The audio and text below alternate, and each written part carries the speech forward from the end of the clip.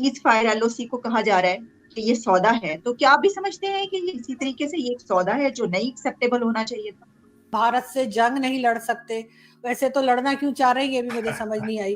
लेकिन जो आपने जो माजी में 4 पटाखे चलाए घंटों के हिसाब से थे, मुझे कल परसों किसी ने बात की, उसने कहा भी यार जंग होगी इंडिया पाकिस्तान की। मैं क्या पहले भी घंटों में हुई है, दिनों में नहीं हुई।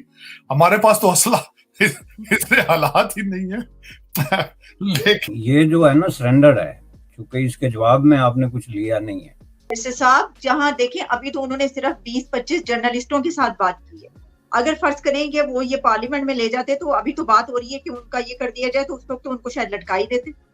आपको उनको इस बात का दुख नहीं है कि कश्मीर पे आपने सरेंडर कर दिया, या ये है कि पाकिस्तानी अफवाज जो हैं वो इतनी कमजोर क्यों हो गई। उनको दुख ये है कि बाजवा ने ये सच्चाई जो है वो क्यों बयान कर दी। आरजू हर 10 साल के बाद मार्शल लॉ अच्छा क्यों लगना शुरू हो जाता है? हर 10 साल बाद। आज अगर मार्शल लॉ लगता है, हालात आपके बहुत खराब है, इसमें कोई शक नहीं है। सख्त फैसले को जो करने की सलाहियत रखती है वो सिर्फ आपकी फौज ही रखती है, दूसरे किसी के पास कोई सख्त फैसला करने की सलाहियत नहीं है।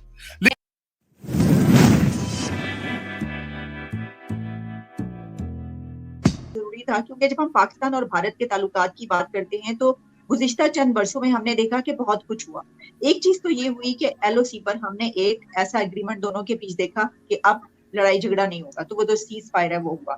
अब उस वक्त farmer army chief general Bajwa, लेकिन अब एक दो सीनियर जर्नलिस्ट हामिद मीर और नसीम ज़हरा, इनकी एक गुफ्तगू सामने आई प्रोग्राम में, और उसमें ये बताया गया कि पहले जो जर्नलिस्टों की एक मीटिंग हुई थी जनरल बाजवा से, उसमें उन्होंने ये कहा था कि हमारे जो टैंक हैं वो तो चलने के काबिल नहीं हैं और हम तो लड़ाई कर ही नहीं सकते इंडिया से, क्योंकि हमारे तो अगर मूवमेंट जो होगी इसकी असलहे की, उसके लिए भी पेट्रोल गाड़ियों के लिए चाहिए होता है, वो भी हमारे पास नहीं। यानी ये कि जाहिर है कि दिवालिया मुल्क जो करीब हो तो वो वहां पे नहीं पैसा।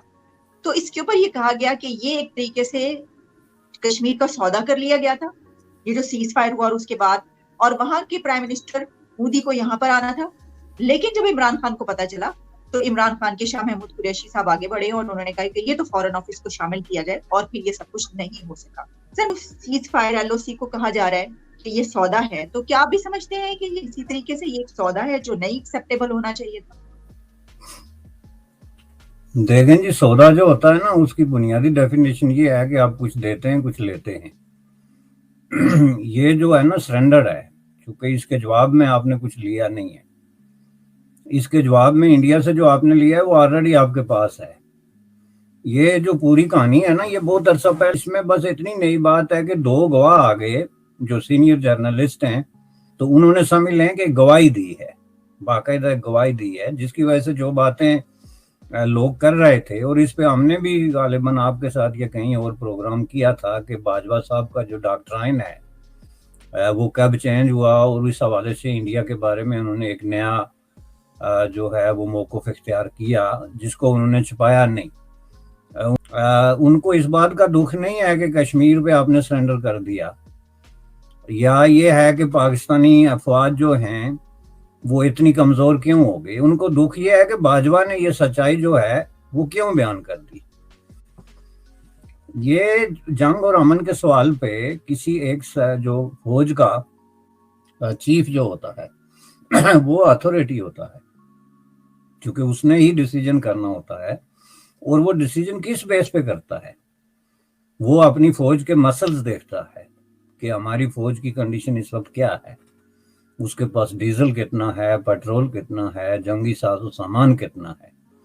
और वो नजर आ रही है कि जिस मुल्क में आप यूं देखें कि गुज़श्ता 1 साल से IMF आपकी गर्दन पे सवार है $2 बिलियन के लिए, तो आपका क्या ख्याल है कि एक छोटी सी छोटी जंग भी है, 10 दिन की जंग, उसमें कितने $1 बिलियन चाहिए, जहां पे आपके सारे टैंक एक्टिवेट होंगे, तोपें एक्टिवेट होंगी, जहाज एक्टिवेट होंगे, तो उसका जो खर्चा होता है, आपके जो है एक टैंक जो है वो 50 साल से एक जगह पे खड़ा है, तो मुमकिन आप उसको चलाएंगे तो 10 मिनट बाद उसके 10 पुर्जे आपको जरूरत पड़ गई। ये चीजें लगा के तो $बिलियंस का खर्चा होता है, और ये सिर्फ जर्नल या जो वार साइंटिस्ट होते हैं, जो वार की साइंस से आगाह होते हैं, वो जानते हैं। और अगर वो इस बात का इजहार करें तो इससे बड़ा एहसान अपने मुल्क पे कोई और नहीं हो सकता, क्योंकि आप अपने मुल्क को मिसगाइड करके, पब्लिक ओपिनियन को मिसगाइड करके तो ज्यादा अरसा वैसे भी नहीं चल सकते। इसलिए साहब जहां देखें अभी तो उन्होंने सिर्फ 20-25 जर्नलिस्टों के साथ बात की है। अगर फर्ज करेंगे वो ये पार्लियामेंट में ले जाते तो अभी तो बात हो रही है कि उनका ये कर दिया जाए तो उस वक्त तो उनको शायद लटका ही देते।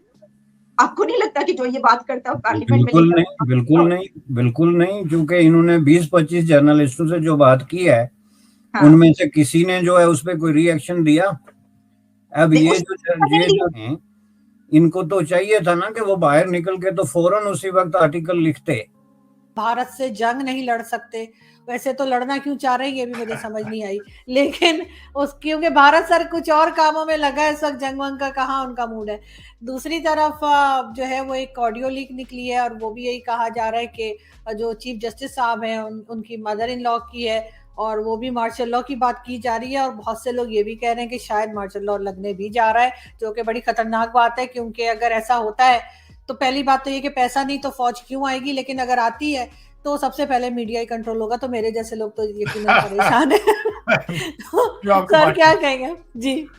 देखिए आरजू, उसमें आज एक बड़ा तूफान, मैं कहता हूं बड़ा तूफान, और इसकी पहले निशानदेही कई जगह से हो चुकी है। इसके बारे में पार्लियामेंट, आपके असेंबली के अंदर भी स्पीचेस हुई थी कि जब पिछली दफा नवाज शरीफ साहब को वो पनामा लीक्स पे जब उन्हें नाअहल करार दिया गया था तो जज साहबान की फैमिलियां गैलरी में बैठ के तो तालियां बजा रही थी। आरजू, हर 10 साल के बाद मार्शल लॉ अच्छा क्यों लगना शुरू हो जाता है? हर 10 साल बाद। हालांकि ये देखा जाए तो ये मार्शल लॉ हमारा मिनी मार्शल लॉ तो लगा भाई, मिनी मार्शल लॉ ही है बड़े अरसे से। जिस तरह बाजवा साहब ने देखे ना, एक आर्मी चीफ जब डिसाइड ये करता है, अब सारी बातें खुल के सामने आ चुकी हैं, आईएसआई हेड जो है वो डिसाइड करता है कि एक पार्टी को रोक के दूसरी पार्टी को आगे लेकर आना है, तो ये मार्शल लॉ है और क्या है? हमारे अमीरुल मोमिनीन ने आज ईद का जश्न किया है जमानत पार्क के अंदर, उन्होंने जश्न मनाया, वहां पे बच्चियों ने गाने गाए हैं। उन्होंने उसमें आके फिर आज कहा है कि बाजवे को जो रिश्वत है, खराबियां, तो वो तो उसको अच्छी लगती थी, वो बुरा मानते ही नहीं था। आज फिर उन्होंने अटैक किया है एस्टेब्लिशमेंट के ऊपर। तो अगर ये सारा कुछ है, अपनी मर्जी की चीजें कर लेनी उसमें से, अपनी मर्जी की करप्शन कर लेनी सारी उसमें से, लेकिन कौम को बचाने के लिए, पाकिस्तान को बचाने के लिए कुछ ना करना, ये ज्यादती है। आज अगर मार्शल लॉ लगता है, हालात आपके बहुत खराब है, कोई शक नहीं है। सख्त फैसले को जो करने की सलाहियत रखती है वो सिर्फ आपकी फौज ही रखती है, दूसरे किसी के पास कोई सख्त फैसला करने की सलाहियत नहीं है। लेकिन सर हामिद मीर साहब ने जो बात की सर नसीम जहरा के साथ, हामिद मीर ने जो कुछ कहा, अगर वो हकीकत है, बेच दिया है और हम जंग नहीं, तो सर जंग तो हम वैसे ही नहीं लड़ सकते, वो तो हमें पता ही है। आपने माजी में 4 पटाखे चलाए घंटों के हिसाब से थे। मुझे कल परसों किसी ने बात की, उसने कहा यार जंग होगी इंडिया पाकिस्तान की। मैं क्या, पहले भी घंटों में हुई है, दिनों में नहीं हुई। हमारे पास तो असला इतने हालात ही नहीं है। लेकिन हरसू सबसे बड़ी बात यह है कि आपको सिंसियर लीडरशिप की सख्त जरूरत है। सख्त मुतलाशी हूं, ढूंढ रहा हूं कि 22 करोड़ लोगों में वो इंसान कौन होगा जो पाकिस्तान को बचाएगा। मुझे तो खुद समझ नहीं आ रही बिल्कुल। देखिए, मार्शल लॉ तो पहले भी आपके बहुत लगे, अब देखना ये कि मार्शल लगता तो कैसा लगता है, सही कौन लगाता है। मैं बैक पैक कर लूं सबसे पहले, क्योंकि मार्शल लॉ में नहीं रहना, बाकी सब ठीक है। नहीं यार, आप दुबई से प्रोग्राम कर लेना ना, वो क्या फर्क पड़ता है। आप अमेरिका आ जाना, क्या फर्क पड़ता है, यहाँ पे स्टूडियो बना लेंगे बल्कि अच्छा सा। बिल्कुल ऐसा ही लग रहा है, अगर मार्शल लॉ आया तो बिल्कुल फर्स्ट कॉल आपको मेरी आएगी। Thank you.